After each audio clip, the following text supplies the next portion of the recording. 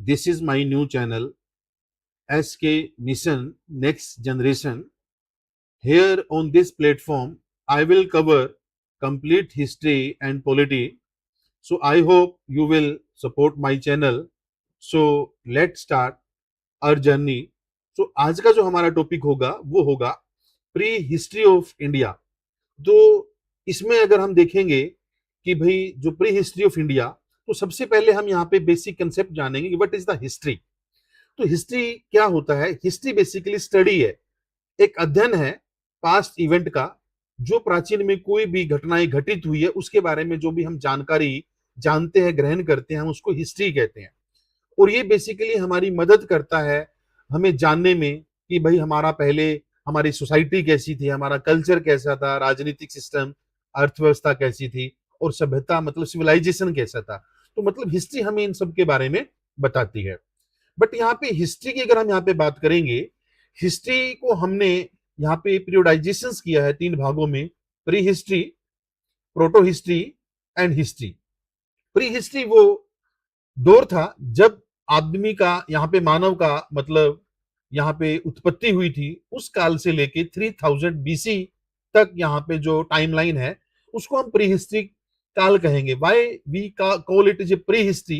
Because क्योंकि उस time पे हमारे पास नो रिटर्न रिकॉर्ड, हमारे पास लिखित में कोई भी ऐसे पुख्ता सबूत नहीं है, कोई भी एविडेंस नहीं है।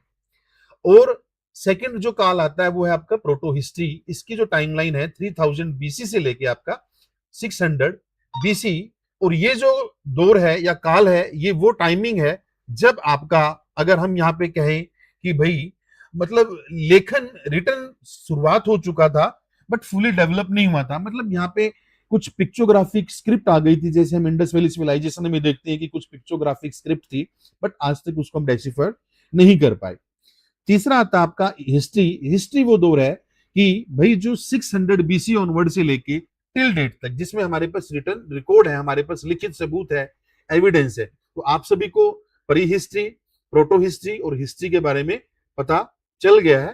तो अब हम थोड़ा सा ओवरव्यू करते हैं प्री हिस्ट्री का, कि प्री हिस्ट्री वो काल है कि जब लिखने की जो कला है उसका आविष्कार नहीं हुआ था, उससे पहले के टाइम काल को हम प्री हिस्ट्री कहेंगे। और इसकी जो इंफॉर्मेशन हमें मिलती है वो मिलती है आर्कियोलॉजिकल स्टडी, पुरातत्व विभाग की अध्ययन से मिलती है। और इसको आगे हमने फर्दर 4 भागों में डिवाइड किया है: Paleolithic age, old stone age पूरा पाषाण काल, मिजोलिथिक एज मध्य पाषाण काल, नियोलिथिक एज नव पाषाण काल एंड चाल्कोलिथिक एज ताम्र पाषाण काल। तो इसके बारे में हम यहाँ पे देखेंगे कि भाई जो हिस्ट्री के सोर्सेज क्या, हमें कैसे पता चला कि भाई उस टाइम पे ये काल था। हमारे पास 2 तरह के सोर्सेज हैं, एक तो है हमारा नॉन लिटरेरी सोर्सेज, गैर साहित्यिक सोर्सेज, और दूसरा है हमारा literary sources. Non literary sources की अगर हम यहाँ पे बात करेंगे, इस सोर्सेज में हमारे पास कोई रिटर्न डॉक्यूमेंट नहीं आते।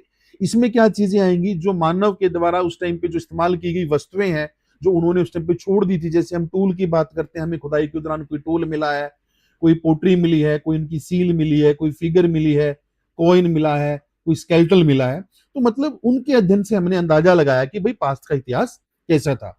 और ये बेसिकली जितनी भी इंफॉर्मेशन है नॉन लिटरेरी सोर्सेज की, वो हमें ऑब्टेन होती है आर्कियोलॉजिकल एक्सकेवेशन से एंड एक्सप्लोरेशन से। मतलब जितना भी पुरातत्व विभाग की खुदाई के दौरान हमें जो भी यहाँ पे सबूत मिले हैं उनको हमने स्टडी किया है, फिर इतिहास के बारे में जाना है।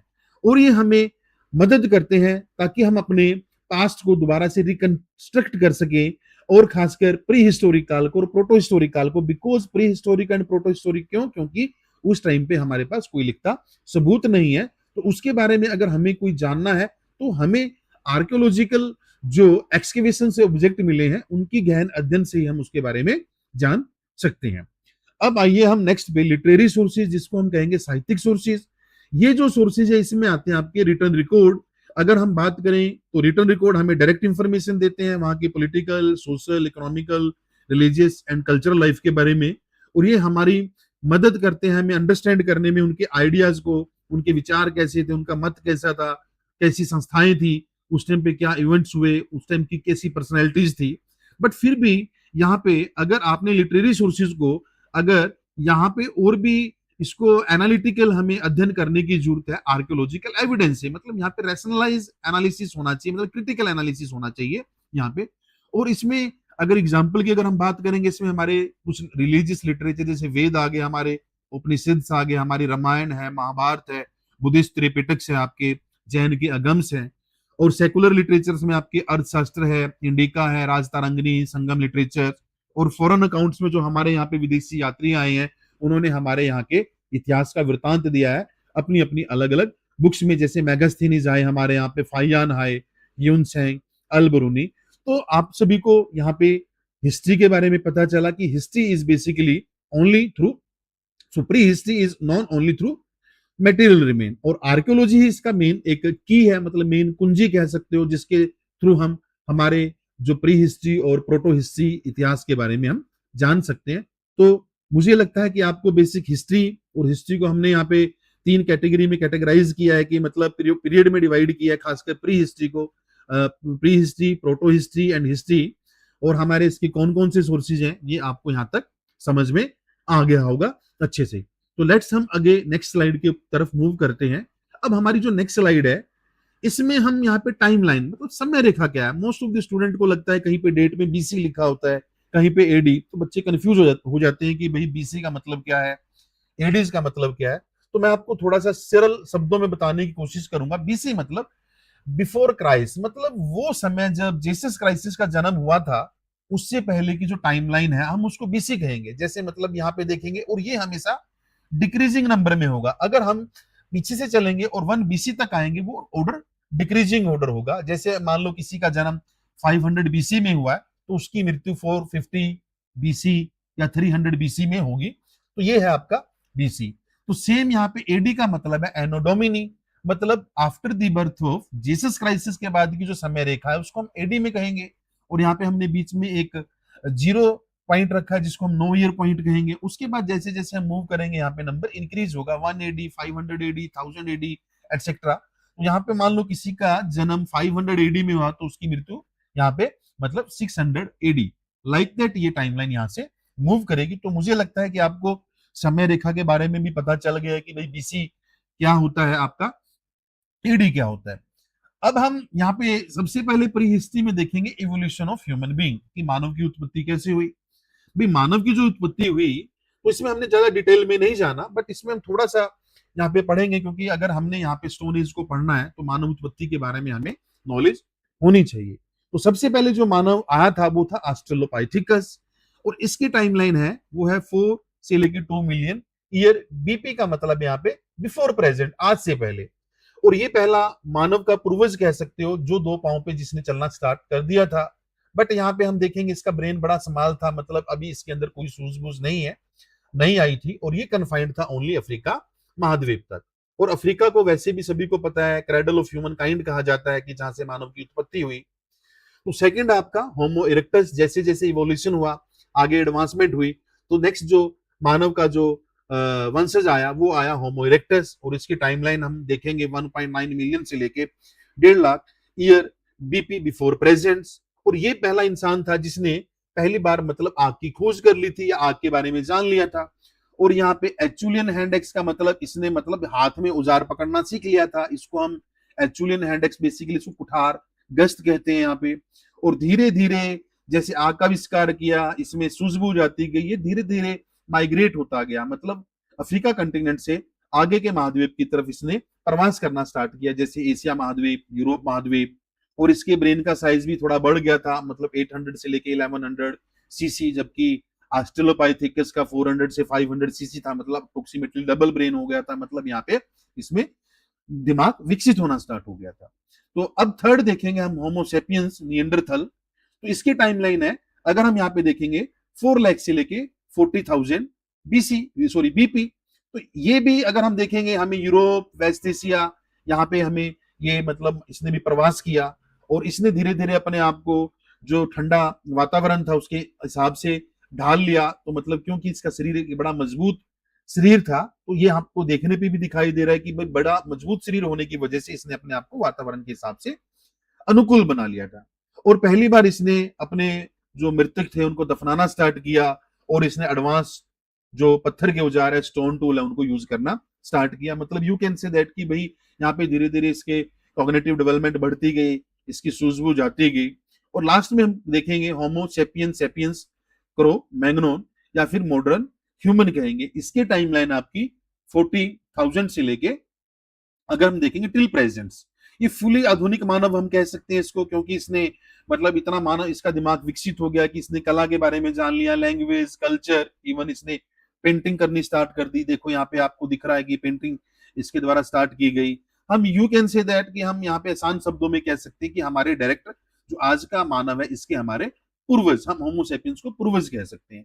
तो यहाँ पे एक थोड़ा फास्ट क्विक देख लेते हैं। ऑस्ट्रेलोपाइथिकस वो मानव था जिसने 2 पांव पे चलना स्टार्ट किया। होमो इरेक्टस जिसने पहली बार आग को यूज किया और एचुलियन टूल को यहाँ पे यूज करना स्टार्ट किया। नियंडरथल जिसने दफनाने की प्रैक्टिस स्टार्ट की और एडवांस टूल को यूज किया। और क्रो मैग्नोन जिसने art, language, culture and modern human कहेंगे। तो आई होप कि आपको यहाँ तक समझ में आया होगा कि भाई ह्यूमन बीइंग का इवोल्यूशन कैसे हुआ। अब आइए हम नेक्स्ट स्लाइड की तरफ मूव करते हैं कि प्री हिस्टोरिक एज। तो प्री हिस्टोरिक एज भी लास्ट स्लाइड में हमने देखा है कि वो टाइमलाइन जो आपके जो लिखने की कला का विकास हुआ था उससे पहले के टाइमलाइन को हम यहाँ पे प्री हिस्टोरिक काल कहेंगे। और इसके एविडेंस हमें सारे के सारे पुरातत्व विभाग की स्टडी से हमें पता चलता है कि भाई हमारा जो है प्री हिस्टोरिक जो काल था वो कैसा था।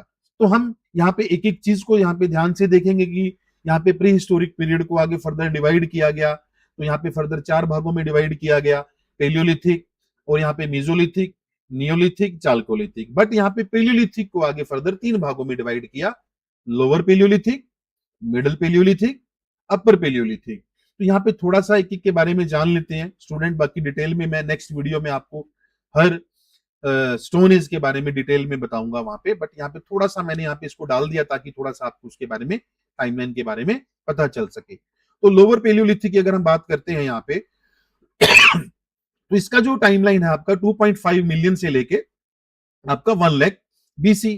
तो अगर हम इसकी बात करते हैं कि भाई ये जो आपका लोअर पेलियोलिथिक है, earliest phase of human existence in India. Human जो था इसमें फूड गैदरर और हंटर था, मतलब फूड को इकट्ठा करना, शिकार करना। और ये सिंपल टोन यूज करता था, टूल यूज करता था, सॉरी, मतलब जो पत्थर के औजार है इतने अनपोलिश नहीं, पोलिश नहीं थे, सॉरी अनपोलिश थे। ये ओपन एयर के अंदर रहता था, नियर रिवर या फिर किसी झरने के आसपास। और अगर हम इसकी इंपॉर्टेंट साइट की अगर हम बात करते हैं, ये मुख्य तौर पे हमें मतलब कहाँ पे मिला, यहाँ पे एग्जाम में काफी बार क्वेश्चन आता है कि भाई लोअर पेलियोलिथिक की साइट कौन कौन सी है। तो सोन वैली पंजाब, बेसिकली पंजाब जो आज की डेट में पाकिस्तान में है, नर्मदा वैली मध्य प्रदेश, अतीरा पक्कम तमिलनाडु, हंसकी वैली आपका कर्नाटक, गेडवाना आपका राजस्थान, पलवरम तमिलनाडु जहां से पहला हैंडेक्स मिला, रॉबर्ट ब्रस फुटे ने, एक ब्रिटिश ऑफिसर्स ने इसको फाइंड आउट किया 1863 के अंदर। तो टूल बेसिकली लोअर पेलियोलिथिक में कौन से थे, हैंडेक्स, क्लीवर, चॉपर, पेबल टूल। तो ये तो था आपका लोअर पेलियोलिथिक एज। अब आ जाता है आपका मिडिल पेलियोलिथिक। इसकी टाइमलाइन है 1 लाख से लेके आपका 40,000 बीसी। तो इसको हम बोलेंगे पीरियड ऑफ ट्रांजिशन, क्योंकि अब यहाँ पे ह्यूमन अभी भी हंटर है और सम टाइम वो यहाँ पे कंदमूल को, अगर हम कहीं फ्रूट को या किसी रूट को वो कलेक्ट कर लेता था अपना पेट भरने के लिए। और यहाँ पे थोड़े से टूल की अगर हम यहाँ पे बात करेंगे औजार, वो थोड़े से लोअर पेलियोलिथिक के कंपेरेटिवली एडवांस हो गए थे। और इसकी important site Narmada valley Madhya Pradesh, बिलान valley UP, कठू Rajasthan, निवासा आपका महाराष्ट्र। और इसमें जो टूल थे बेसिकली वो फ्लेक टूल थे, scraper, point, borer and बरीन etcetera. ठीक है, अब नेक्स्ट पे आते हैं आपका अपर पेलियोलिथिक एज। अपर पेलियोलिथिक एज की अगर हम यहाँ पे बात करेंगे, हम इसको बोलेंगे पीरियड ऑफ कल्चरल प्रोग्रेस, क्योंकि यहाँ पे ह्यूमन ने यहाँ पे मतलब स्टोन के साथ साथ बोन के टूल का, औजारों का भी यूज करना सीख लिया था। मान लो किसी जानवर का कोई सींग है, कोई स्ट्रॉन्ग हड्डी है, उसको उन्होंने हथियार के तौर पर यूज करना स्टार्ट किया। यहाँ पे डेवलपमेंट हुआ आर्ट्स का, सिंबल का, बरियल प्रैक्टिस का। अगर हम देखेंगे भीम बेट का केव के अंदर जो ग्रीन कलर की पेंटिंग है, वो इतिहासकारों का ये मानना है कि भाई वो अपर पेलियोलिथिक के टाइम काल की है। ठीक है, और यहाँ पे मानव जो था, अब इसने धीरे धीरे शेल्टर का सहारा लेना स्टार्ट कर दिया रॉक के अंदर। मतलब इसने कहीं पे कुछ चट्टाने दिखी या गुफा टाइप है, वहां पे उसने रहना स्टार्ट कर दिया। और अगर हम यहाँ पे एक इंपॉर्टेंट बात करें, पूरा का पूरा पेलियोलिथिक जो काल है वो आइस एज में ही निकल गया। मतलब ये सबसे लंबा काल है, हिमयुग, जिसमें पूरी बर्फबारी होती थी। और बेसिकली अगर हम इसमें पीरियड की बात करेंगे तो पीरियड है आपका प्लिस्टोसीन, PLEISTOCENE, प्लिस्टोसीन पीरियड। ठीक है। अगर हम यहाँ पे साइट की अगर हम बात करेंगे, साइट है आपका भीमबेटका मध्य प्रदेश, पटने महाराष्ट्र, गागो राजस्थान, आदमगढ़ मध्य प्रदेश, बिलान वैली यूपी। तो यहाँ पे भी टूल जो थे ब्लेड के थे, ब्लेड, और इसको हम खासकर ब्लेड एंड बोन इंडस्ट्री भी कहते हैं, ब्लेड, बरीन, ऑल्स, बोन टूल एटसेट्रा। मतलब मेन इंपॉर्टेंट चीज यहाँ पे कि भी यहाँ पे पहली बार मतलब बोन के टूल इन्होंने यूज करना स्टार्ट किया। अब आइए हम आते हैं मिजोलिथिक स्टोन एज के अंदर, मध्य पाषाण काल। इसके टाइमलाइन है वन यहाँ पे 10,000 से लेके 6,000 बीसी। इसको हम पीरियड ऑफ माइक्रोलिथिक कल्चर भी कहते हैं। वाई माइक्रो का मतलब सूक्ष्म, लिथिक का मतलब स्टोन, छोटे पत्थर के औजार। अब यहाँ पे ह्यूमन हंटर के साथ साथ यहाँ पे फूड गैदरर भी तो था, बट यहाँ पे इसने मछली को पकड़ना स्टार्ट किया, मतलब अपने जीवन अपने पेट को भरने के लिए, पालन पोषण करने के लिए।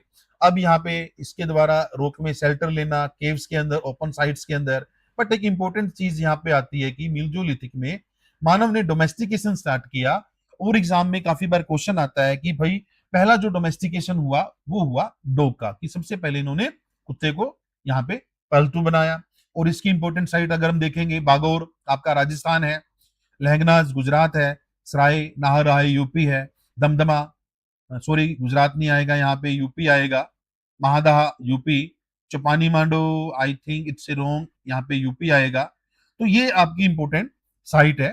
टूल यहाँ पे माइक्रोलिथ मतलब स्मॉल स्टोन टूल आ गए थे, ट्रेपेजस, पॉइंट, अगर लुनैट्स की अगर हम बात करेंगे, इस तरीके के ज्योमेट्रिकल शेप टाइप के यहाँ पे टूल यहाँ पे आ गए थे, सूक्ष्म आकार के, ताकि वो बड़े घातक भी थे हथियार, और ये मतलब अच्छे से इनके द्वारा शिकार किया जा सकता था। अब नेक्स्ट आता है आपका नियोलिथिक नवपाषाण काल। तो इसका टाइमलाइन है 7,000 से लेके 3500 बीसी। यहाँ पे शुरुआत कर ली थी इन्होंने फूड प्रोडक्शंस की, कल्टीवेशन ऑफ क्रॉप मतलब खेती बाड़ी की यहाँ पे शुरुआत हो गई थी। जानवरों को इन्होंने डोमेस्टिकेट करना स्टार्ट किया, पुलिस स्टोन टूल यूज करने स्टार्ट किए, lived in permanent house, pottery आ गया, वीविंग, बास्केटरी डेवलपमेंट। मतलब यू कैन से दैट यहाँ पे खेती बाड़ी में की तरफ यहाँ पे मतलब मानव का झुकाव हो गया, मतलब खेती बाड़ी की एग्रीकल्चर का यहाँ पे मतलब उत्पत्ति हुई यहाँ पे। और उसके साथ साथ धीरे धीरे सेमी मतलब सेटलमेंट स्टार्ट हुई। और यहाँ पे इंपॉर्टेंट साइट की अगर हम बात करेंगे, मेहरगढ़ बलूचिस्तान फर्स्ट साइट है जहाँ पे कल्टीवेशन स्टार्ट हुआ, आज की डेट में पाकिस्तान में है। बुरजोम आपका जम्मू कश्मीर, चिरांद आपका बिहार, हल्लूर आपका कर्नाटक, एंड पीएम पल्ली आपका तमिलनाडु। अगर हम यहाँ पे बात करेंगे, यहाँ पे टूल अच्छे त्रांसे हुए टूल आ चुके थे, पुलिस स्टोन एक्स आप यहाँ पे कह सकते हो, सेल्ट है आपका, पोट्री है, बोन टूल है, ऑर्नामेंट है। बट एक इंपॉर्टेंट चीज है यहाँ पे, इस काल में कोई भी कॉपर का टूल नहीं था, क्योंकि कॉपर के बारे में इसको नॉलेज नहीं थी, मेटल के बारे में, धातु के बारे में इसको अभी तक कोई नॉलेज नहीं थी। अब नेक्स्ट काल आता है आपका चालकोलिथिक ताम्रपाषाण काल। इसकी टाइमलाइन आपकी 3500 बीसी से लेके 1500 बीसी। और इसने यहाँ पे यूज करना स्टार्ट किया, स्टोन टूल के साथ साथ कॉपर के टूल आ गए, मतलब यहाँ पे तांबे के औजार आ गए। People practice agriculture, animal husbandry, पशुपालन यहाँ पे स्टार्ट हो गया, यहाँ पे अच्छे लेवल पर। पोट्री है आपका, ऑर्नामेंट है, बीड्स वर यूज्ड यहाँ पे। सेटल इन विलेज मतलब विलेज कंसेप्ट आपका चालकोलिथिक टाइम पे आता है। मतलब यहाँ पे अगर आप देखेंगे कि भाई जानवरों को पालतू करना स्टार्ट कर दिया है, खेती बाड़ी करनी स्टार्ट कर दी है, तो अंडरस्टूड सी बात है कि भाई वो अपना एक परमानेंट ठिकाना बनाने की कोशिश करेगा। बाकी डिटेल में हम वहां पे जब मैं नेक्स्ट करवाऊंगा अलग अलग स्टोन एज की अलग अलग मैं वीडियो डालूंगा, तो आपको डिटेल में वहां पे मिलेगा, तो आपको टेंशन लेने की जरूरत नहीं है।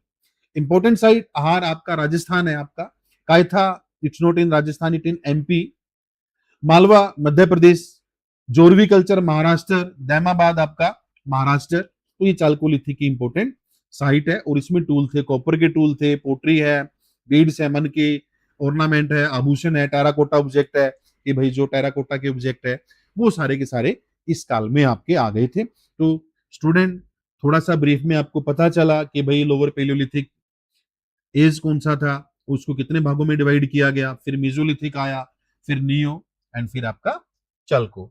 तो आइए हम अब नेक्स्ट स्लाइड की तरफ मूव करते हैं।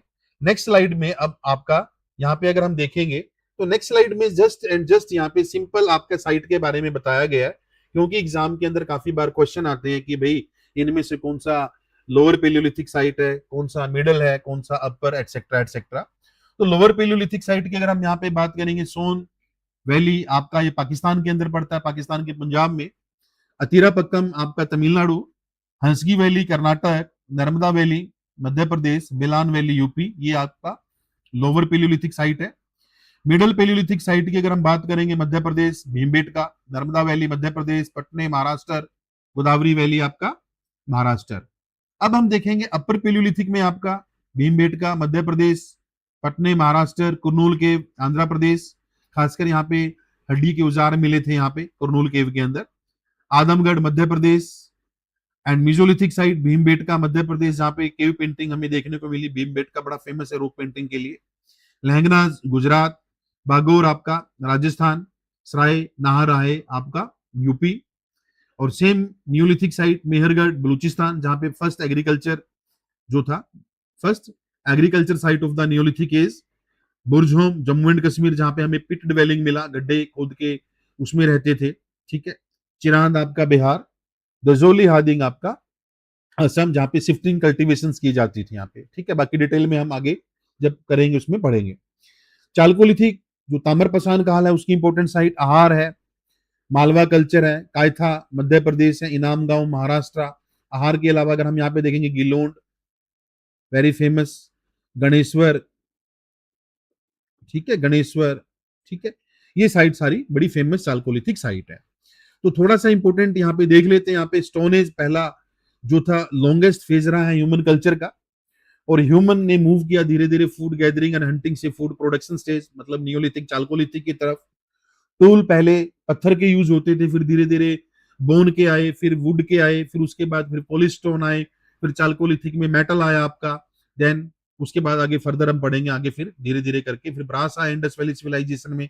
देन लेटर वैदिक के बाद आपका आयरन का यूज हुआ, और लास्ट में जो करेंगे end of stone age and beginning of metal age, जिसको हम बोलेंगे चालकोलिथिक। चालकोलिथिक में मानव ने पत्थर के औजार के साथ साथ तांबे के औजार को भी यूज करना स्टार्ट कर दिया था। तो आई थिंक सभी को ये वीडियो अच्छा लगा, अच्छे से समझ में आया। तो ऐसी और अच्छी वीडियो मैं आपके लिए लेके आऊंगा पूरे डिटेल में फैक्ट के साथ, अच्छे से आपको यहाँ पे कंसेप्ट को क्लियर करवाया जाएगा और एग्जाम ओरिएंटेड से। तो आई होप अगर आपको मेरी वीडियो अच्छी लगी है तो आप प्लीज इसको चैनल को like, share, comment and subscribe कीजिए and press the bell icon. Thank you.